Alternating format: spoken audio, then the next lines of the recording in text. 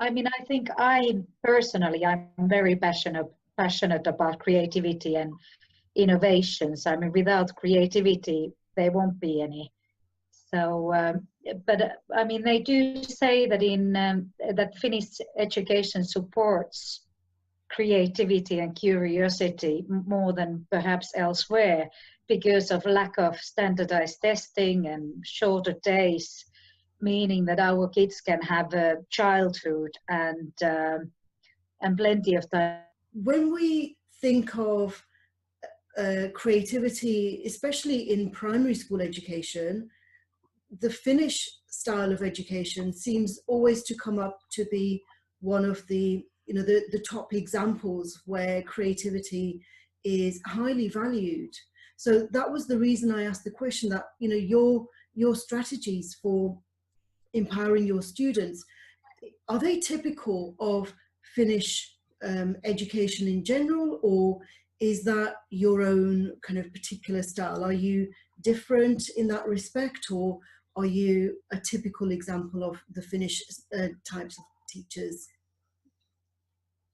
Again, a very good question. I think the beauty of Finnish teachers is also that we have a lot of autonomy. So we have a broad curriculum that everyone needs to follow, broad, that it just offers the guideline and which gives a bit more freedom to do differently. I would say that that is perhaps my style of teaching, that I say it that I like to toss the ball to the kids whenever I can. And instead of just teaching coding, I want to tick more boxes than that. And this was coding. I mean, coding is part of Finnish national curriculum anyways, but it was collaboration and communication skills also, and a bit of entrepreneurship also, because when you code, you can make a lot of errors, but it doesn't matter, then you just try again. So, but I think every teacher is unique in their way. Someone might be a great artist and they use more art when they teach, or music. And my passion currently is EdTech, so I like to stick that in there as much as possible. So, so yeah, I would say that every school and every teacher, every classroom looks different. Also, the autonomy means that you can teach according to the needs of the kids in your class, because every time you get a different class, you need to choose different methods depending on what works with those kids. I hope I answered your question. Yes, well, even in Britain, the aim is to meet individual needs. The aim is to make sure that education is personalized and tailored to the needs of the students. So that is the overt kind of instruction that teachers are given, is that education needs to be individualized. But then on the other hand, the outcomes usually are based on tangible evidence.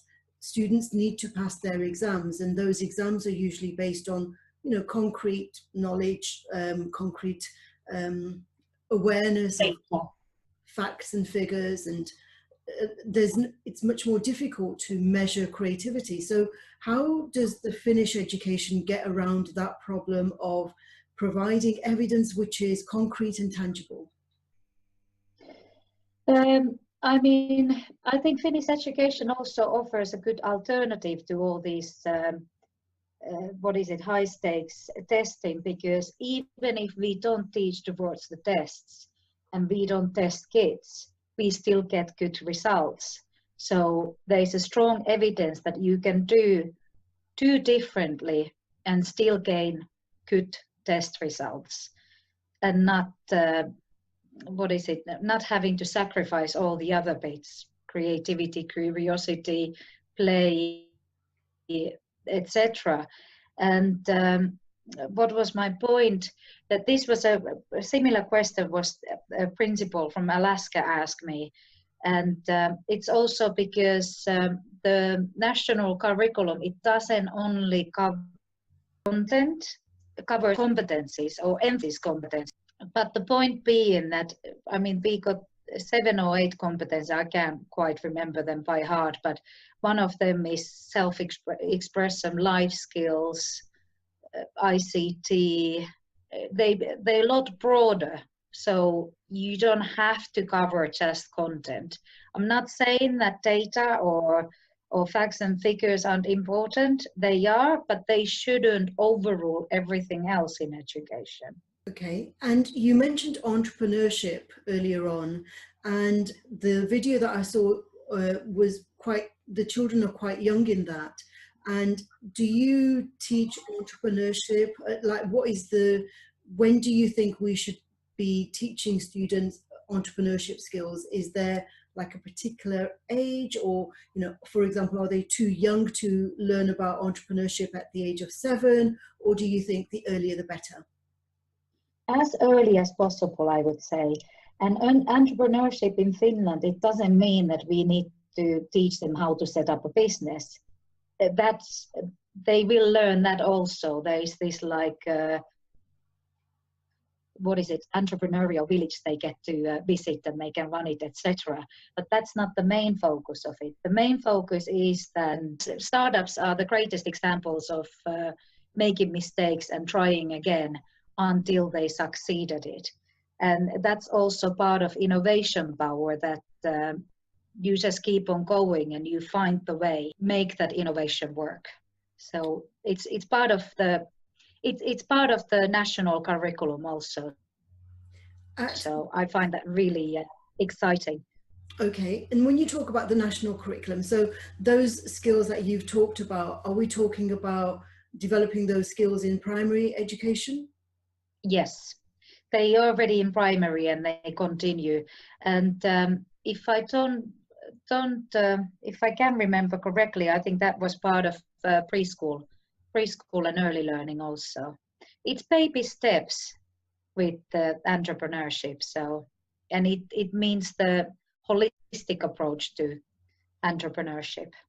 And so how are you, what exactly is it that you mean by entrepreneurship and creativity? Oh, you asking me tricky ones.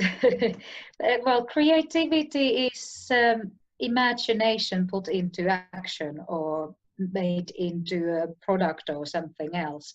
And creativity is always behind innovation. I mean, without creativity, there won't be. Entrepreneurship is part of sisu also. Sisu is a Finnish word meaning going against the odds and just trying again and making it happen. And entrepreneurship in school, I think I could give an example. It's like the kids that you can give them both short-term goals and long-term goals. And it means that they need to finish it. I mean, sometimes they run even 1-year projects. I know this school, they made this recipe book, and the project lasted for a year, and they worked a lot, but they still did it. So it's more setting up goals and going for them and doing that, no matter what, no excuses. I see. So here we're talking about primary school children constructing a recipe book. Yes, that was a really good one. They started because Finland turned 100 last year, and 100 years old, and they started to do this recipe book. So they wanted to collect 100 recipes from all the local people and also the celebrities, including 3 presidents. Wow. So, and children, primary school children did that? They did all of it. So it's amazing. They made it into a book, and they started with the money they managed to. So entrepreneur, what is? I'm sorry, I missed the last thing that you said. So they sold the book, and what did they do with the money?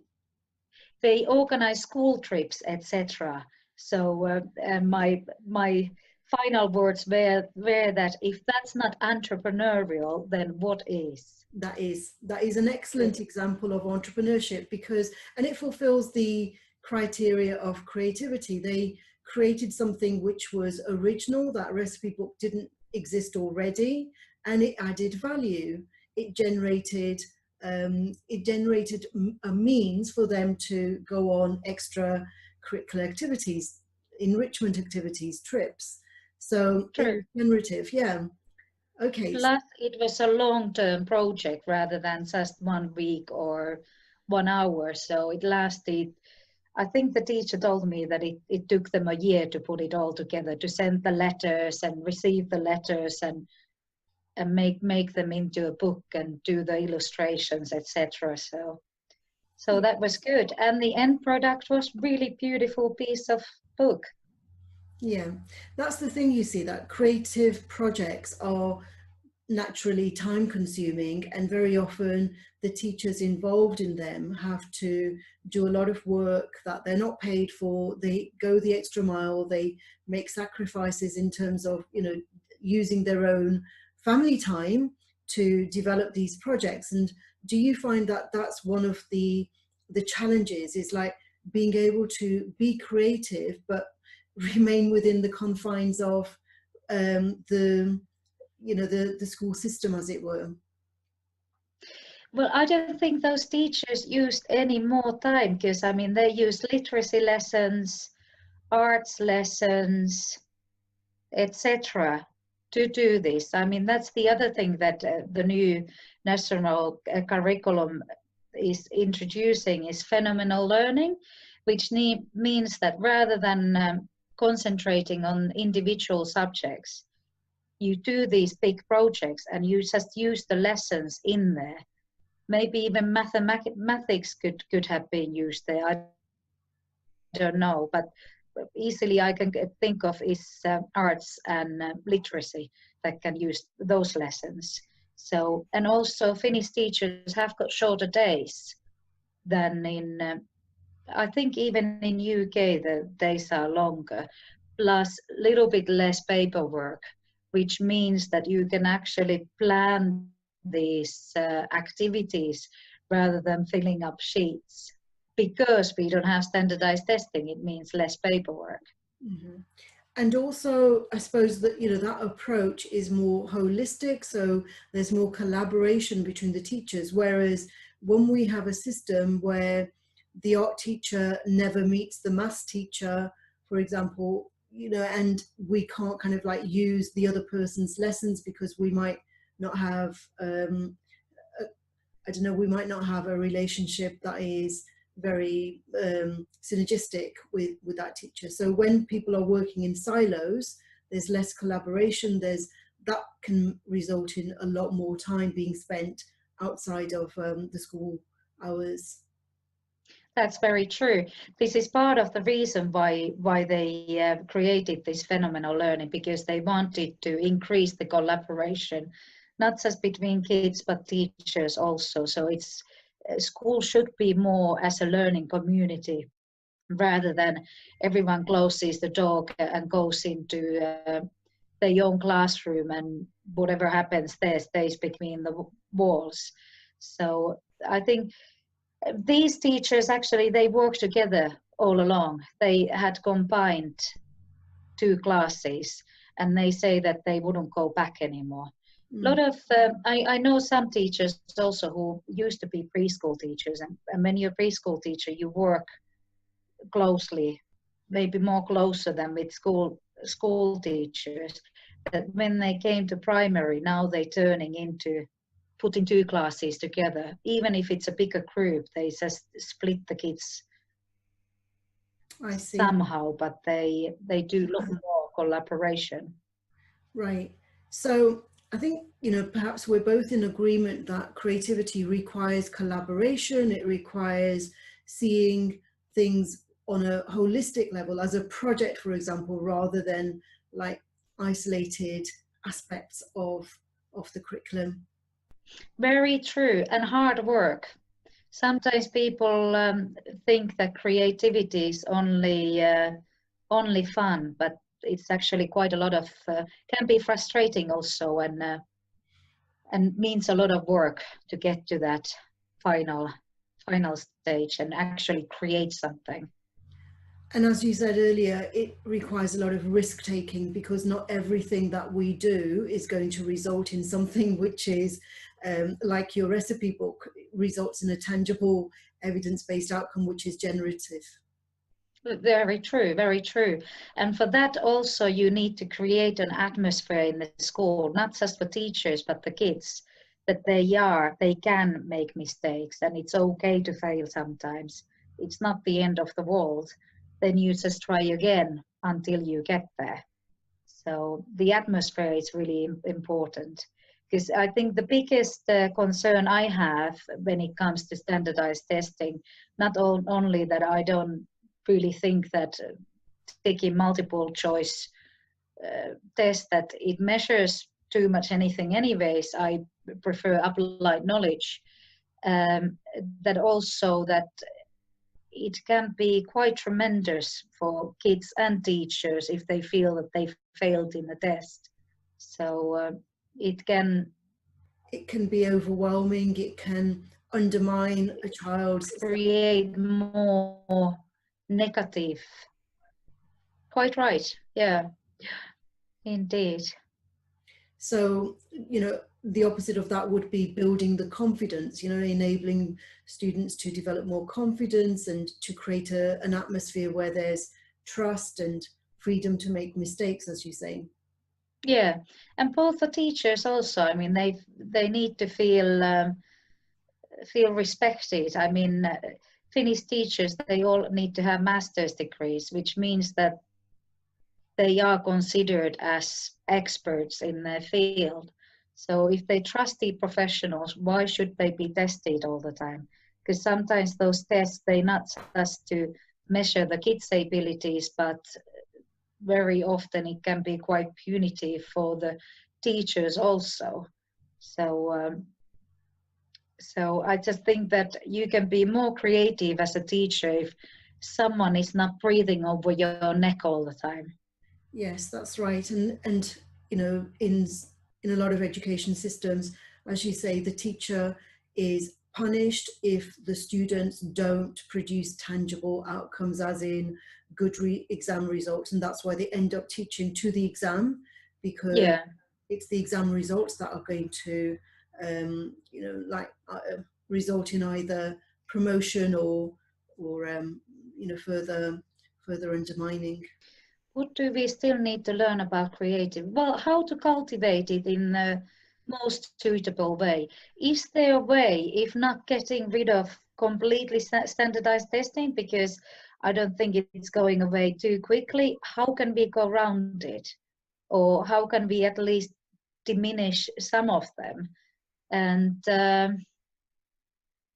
what else? This is the topic that really interests me. I mean, you need to have curiosity to be able to be creative. So how to really spark the curiosity in kids, and not just in kids, but educators also, and how to keep it going after a year and another one.